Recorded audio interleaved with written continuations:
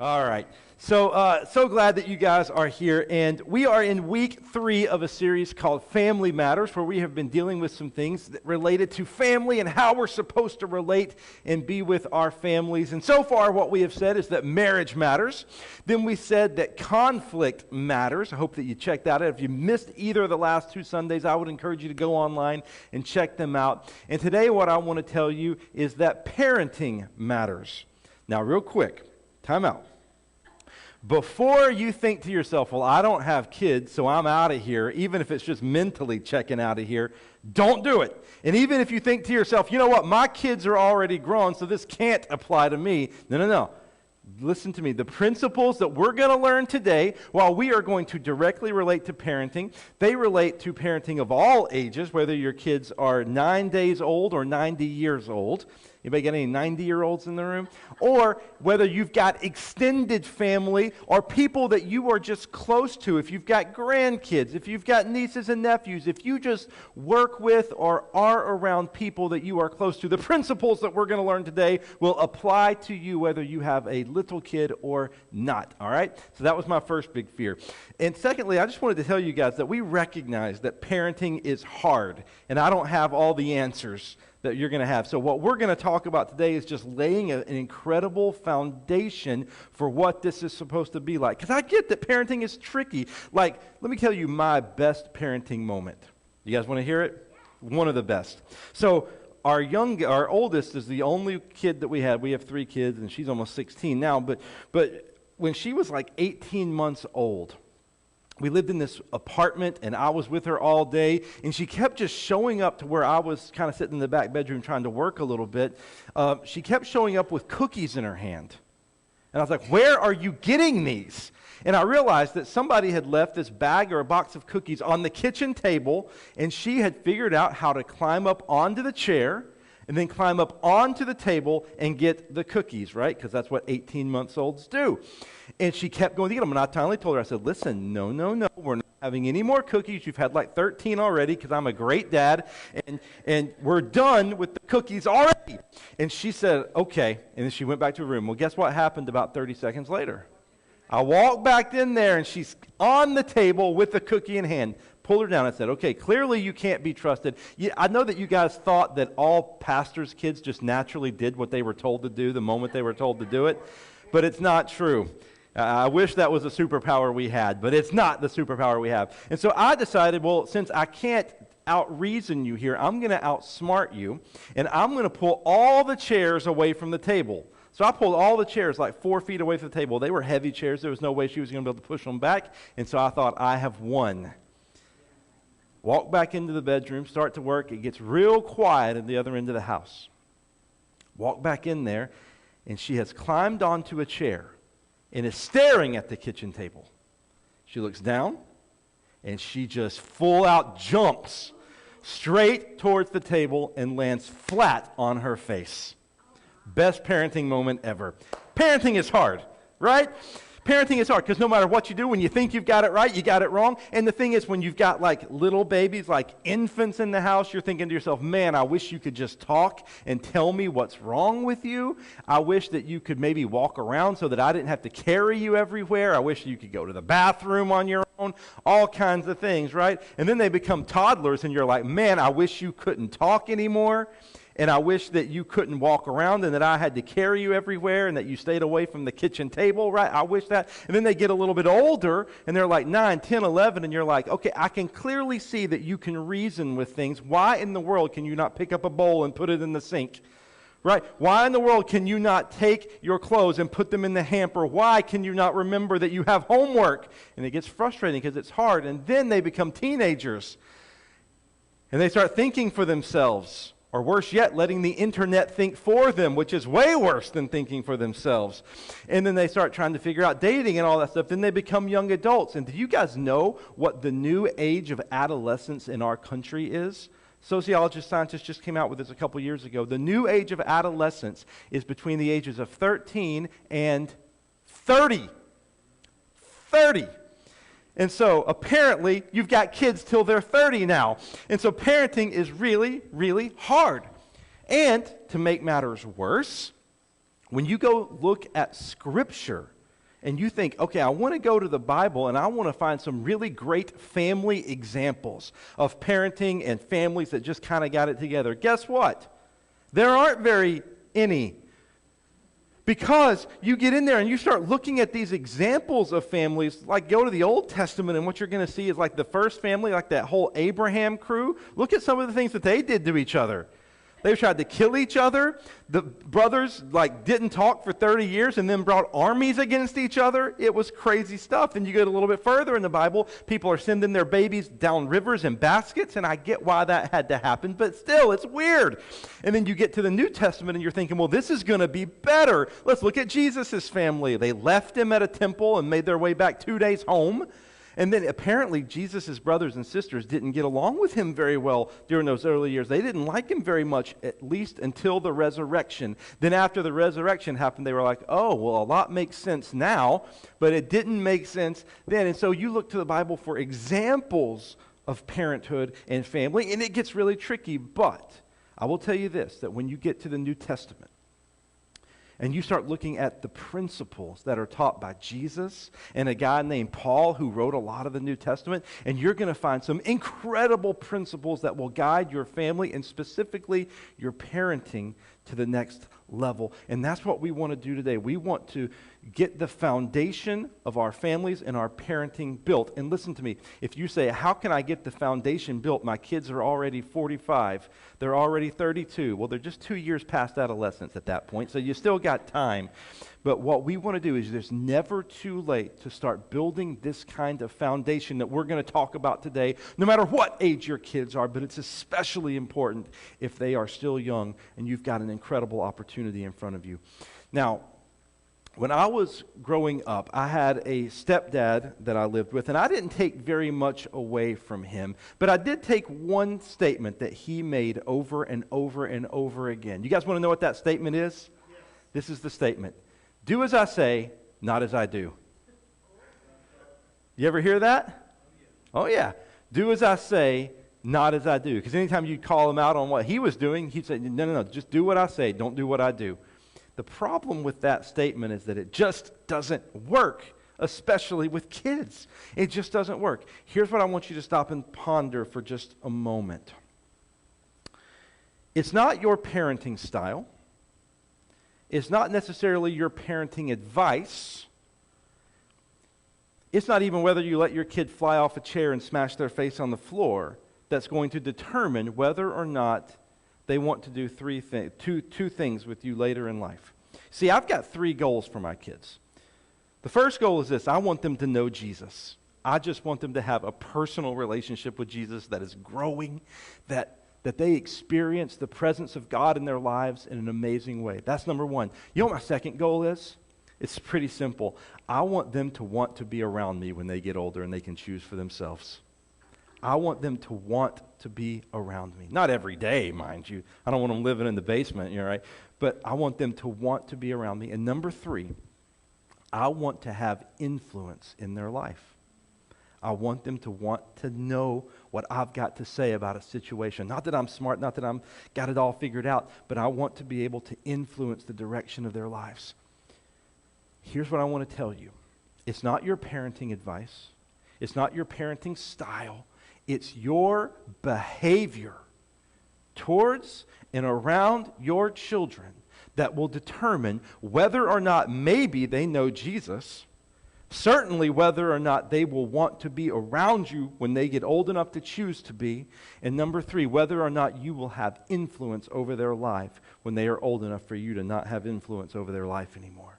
And so, think about that with like your parents or the people in your life. Think about the people that you want to be around and don't want to be around. It's not necessarily what they think or what they say. It's how they treat you or how they treat other people around you that is going to determine whether or not you want to be around them for the rest of your life. And when you get to a point where you can choose, maybe you were kind of like me, when you got to the point where you could choose, there were just certain members of your family that you were not going to be around anymore based upon not what they said, but how they lived and behaved specifically towards you. And so what I want to do today is I want us, if we've got these goals, and I hope that you have similar goals to me, that they know Jesus, that they want to be around you, and that they want to have your influence in their life. If that's true, here's what we've got to do. We've got to lay a foundation of love and honor. Everybody say love and honor. Love and honor. Because that's what Jesus told us we needed to have. That's what Paul told us we needed to have. And that's what the New Testament points to in every respect when it comes to our relationships with each other, and specifically our relationships with family, is that they are built on the foundation of love and honor. Just making sure you're still with me. Love and honor. So let's dig into what Jesus had to say about this first, because what Jesus had to say about this is absolutely fascinating. He was talking to his disciples. We read this verse just 2 weeks ago, and guess what? We're going to read it in 2 weeks from now too, because it's that important. Jesus is talking to his disciples, and he's telling them specifically how they're supposed to relate to one another, but this principle applies to those that we are closest to. This is what Jesus says. He says, a new command I give you. And this is not really a new command, but it's built, well, it is brand new, but it's built upon the foundation of the old command. The old command was love like you have been loved, or love like you want to be loved, like treat other people like you want to be treated. But Jesus said, that's outdated now. A new command I give you, love one another. How? As I have loved you, so you must love one another. To which the disciples were like, wait a second. You have loved us perfectly. Like, you have honored us. You've loved us. And Jesus says, that's how you need to love each other. What if you started your parenting or your close relationships in your family with this idea? You know what? I'm going to base this upon what Jesus said. I'm going to love and honor like he loved and honored me. Well, that kind of changes the foundation of how we think about parenting, doesn't it?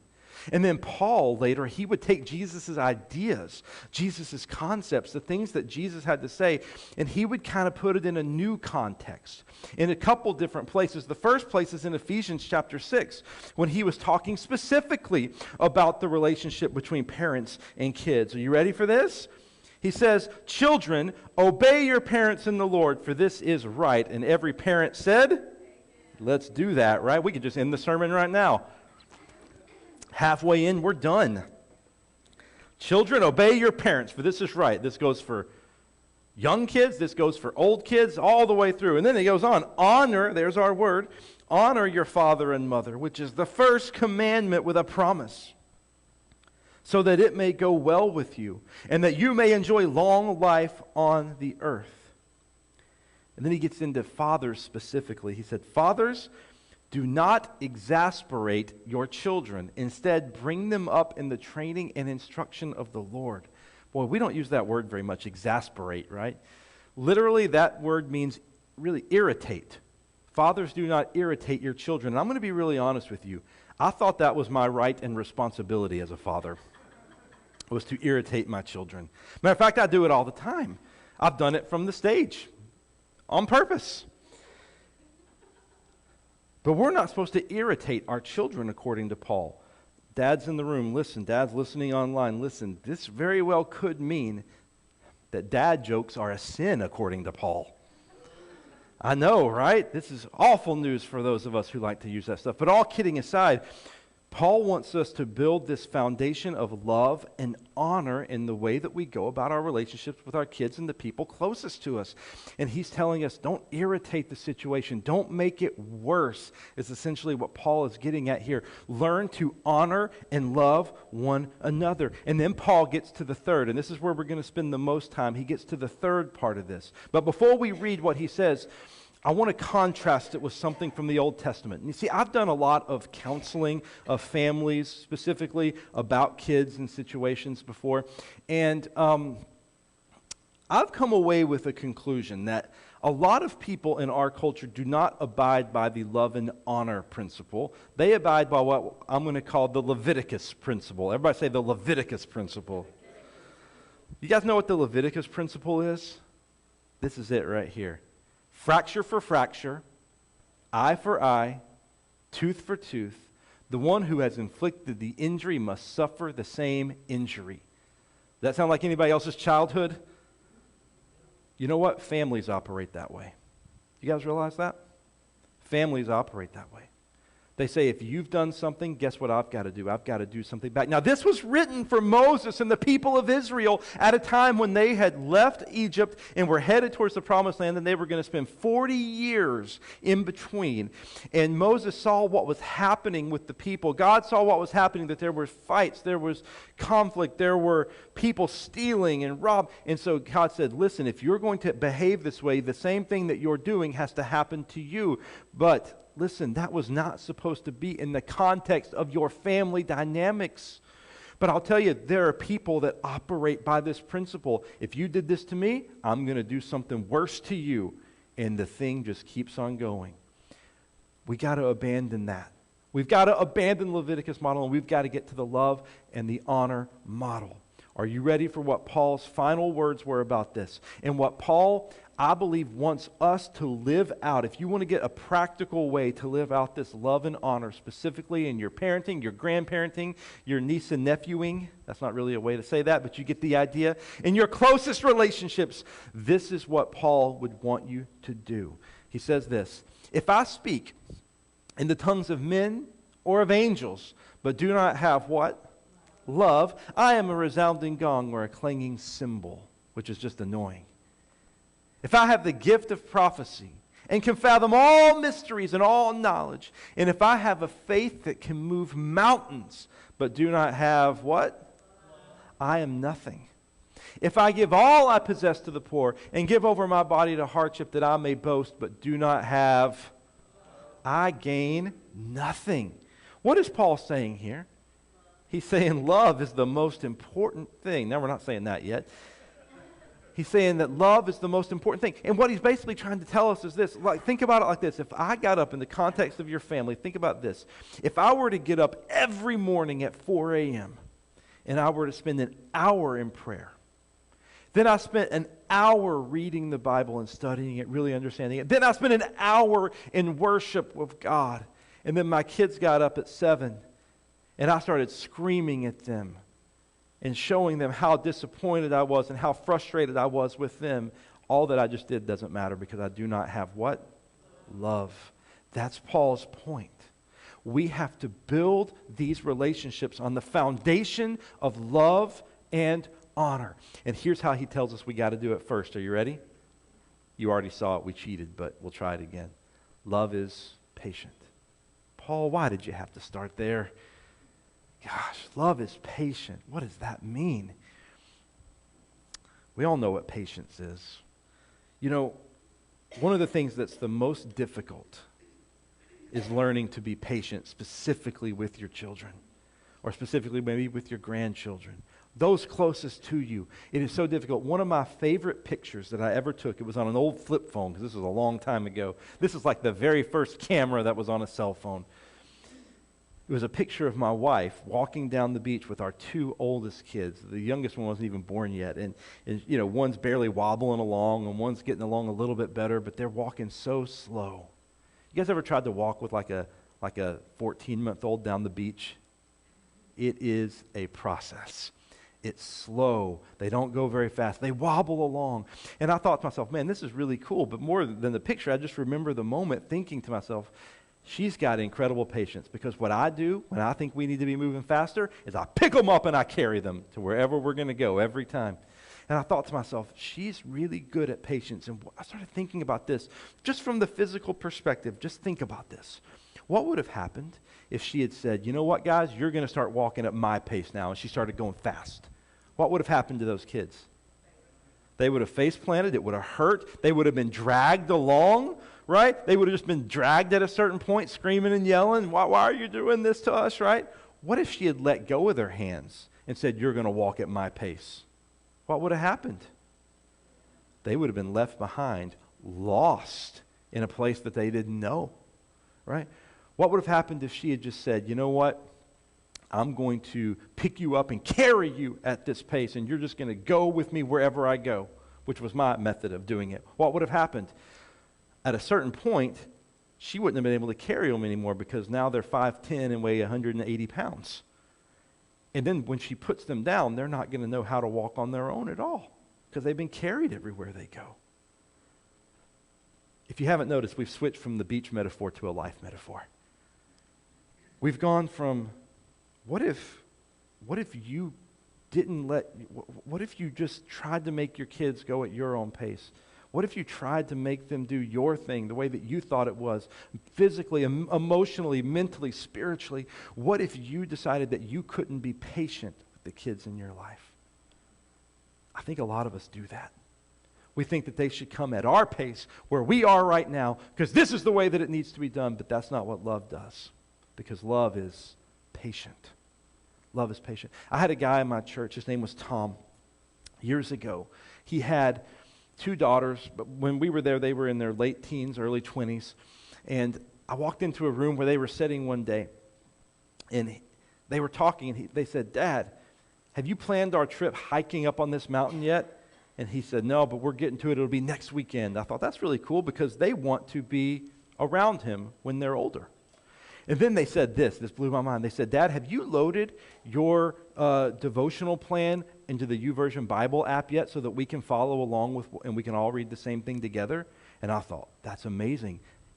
They want him to have influence in their life. The 2 very things that I want to have with my kids. And so I waited for they left and I said, "Tom, I need you to tell me what is the secret to what you're doing."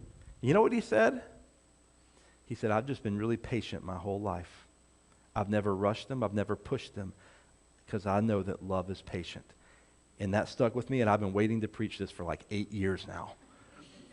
For that moment. Because it imprinted on me so much that you don't have to push them. You don't have to pull them to go. No. Instead, you love them because love is patient. I don't know what that application is for you in your life right now, but I know what it is for me. And I just want you to think about it and pray about it because love needs to be patient. You know what else love needs to be? Love is kind. Love is kind. What does that mean? That's a lot easier than patience, I think, but sometimes we still have a hard time with it.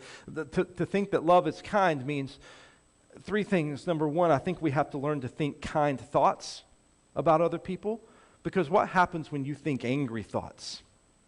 Angry words and angry actions come out. What happens when you think frustrated thoughts? Frustrated words and frustrated actions come out. What happens when you think disappointed thoughts?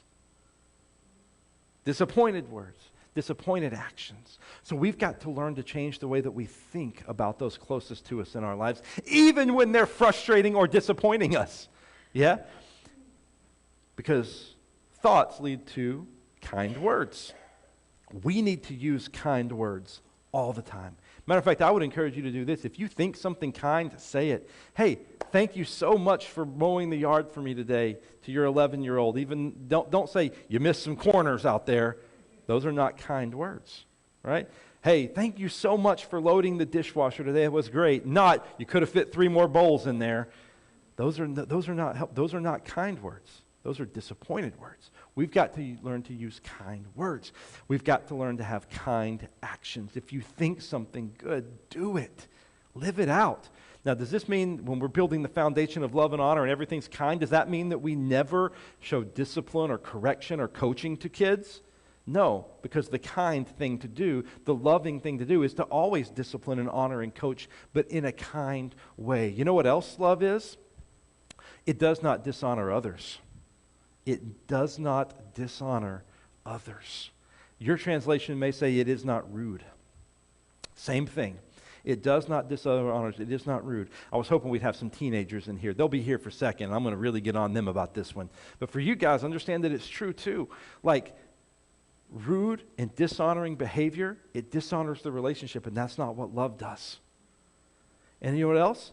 Love is not self-seeking. It's not all about you. You ever been in a family dynamic where it seemed like it was all about one person? And you could tell that the family revolved around one person and what they wanted to do and how they wanted to do it? That's not love. It is not easily angered. That means that you can't have a quick temper with your children or with those closest to you, because that's not what love does. It keeps no record of wrongs. That means you can't be like, you know what, back in 1986, you said this and you did that. It keeps no record of wrongs. That's not the way that love works. And then it goes on. We'll finish it up. It says this: love does not delight in evil, but rejoices with the truth. It always protects, always trusts, always hopes, and always perseveres, because that's what love does. Now, let me ask you a question. Does that sound like the foundation that you have laid in your life with your kids, or specifically those closest with you? If not, it is not too late to change that. It is not too late to see that different. You've got to be intentional. And you've got to start saying to yourself, you know what I'm going to do? I'm going to make sure that this is the foundation of my family: love and honor. And I'm going to leave you with this practical thing, just incredible practical piece of advice. I found this question a long time ago, and it has helped me so greatly along the way, and I hope that it helps you too. I would even encourage you to get up and think about this every day. Write it somewhere that you're going to see it. Put it on an index card on a mirror or something if you're a person that looks in the mirror every day. Put it at a place where you're going to look at it every day. But the question is simply this: what does love require of me? What does love require of me? Then I want you to remember, it requires me to be patient. You know what? I've got toddlers. I'm going to need extra love today because I need patience. But I also know that my behavior towards them, even right now, is going to determine maybe whether they know Jesus, whether they want to be around me when they get older, and whether I will have any influence in their life. Same thing is true for your grandkids, your nieces and nephews, and really just those closest to you in general. My behavior, so love needs to be patient. What does love require of me? Patience. What else does love require of me? It requires kindness. I've got to use my kind thoughts, my kind words, and my kind actions, because that's the foundation of our relationship. That's the foundation of our family. It doesn't mean that we never correct. It doesn't mean that we never discipline. We do. We do those things. But love and honor, those are the foundation. It requires that I don't keep record of wrongs. It requires that I'm not rude. It requires that I'm not self-seeking. That's what love requires of me. And so I'm going to live that out in my family starting today. I would encourage you just to ask yourself that question. Stand with me. I want to pray for us. And I want you to take this challenge with you everywhere you go. I want you to take this challenge as, you know what, God, maybe we haven't laid the foundation the way that we're supposed to lay it yet. Maybe we haven't honored and loved each other the way that we should. But today, I want all of that to change. Today, I want in my family, for my kids, for my grandkids, for my nieces and nephews, for my cousins, for my parents, for my brothers and sisters, wherever we find ourselves, we are going to lay a foundation of love and honor, because that's what you've called us to do. God, let it be true for every single one of us today. Father, thank you that your love and your grace are on display. God, you showed us what this looks like. You showed us how to live it out. And so, God, I pray that you would help us to live it out, and that we would lay this as the foundation for our lives, for our relationships, and that we would regularly ask, what does love require of me? So that I can better love my kids, my grandkids, my nieces, nephews, those closest to me and my family. That I can live out patience, that I can live out kindness in every relationship that I have. It's in Jesus' name we pray. Amen. Amen. So take a seat real quick before you go. I want to remind you guys of a couple things. You can keep playing over there. I like having the music behind me. Number one, I would encourage you to take a second and fill out the connection card that's sitting in the seat back in front of you, especially if you've never filled one out. Take a second, fill that thing out, and let us know how we can be praying for you. Let us know if you'd like more information about anything on the back side of that card, and you can just leave it right there in the seat when you're done. I also want to encourage you and remind you to give of your tithes and offerings to Pursuit Church if you call Pursuit Church home. Did you guys have fun? Who all was here last Sunday? Okay, did you guys have fun after the second worship time where we had the Kona ice and the big slide and all that stuff? You know, I want to tell you guys something. We had multiple new families that were here last week that stayed and are connected to Pursuit Church now because of things like that. When you give, you are giving to see new families get connected to Pursuit Church every single week. So I want to encourage you to continue to give. Also want to tell you guys that on October the 16th, which is just 2 weeks from today. That scares me all of a sudden. My heart rate just went up a little bit. Because we have a lot to do between now and then. 2 weeks from today, weather permitting, we are not going to be here. We are going to be out at Pratt Park. We are only having one worship opportunity, and it will be 10:45. So you early birds, I'm sorry, you're just going to have to wait a little bit. But 10:45, and I want you to think about who you're going to invite. There'll be a place for the kids to go during that time. There'll be a place for even the littlest kids, I think, to go during that time. So we're going to have the full Pursuit Church experience, and we're going to have free food at the very end. It's going to be an awesome, awesome day. So think about your 13 families that you're going to invite to be a part of it, and you're required to bring at least 6 of those families with you. Everybody got it? All right. Thank you guys so much for being here. We'll see you back next week for part 4 at 9:15 or 10:45. Have a great day, everybody.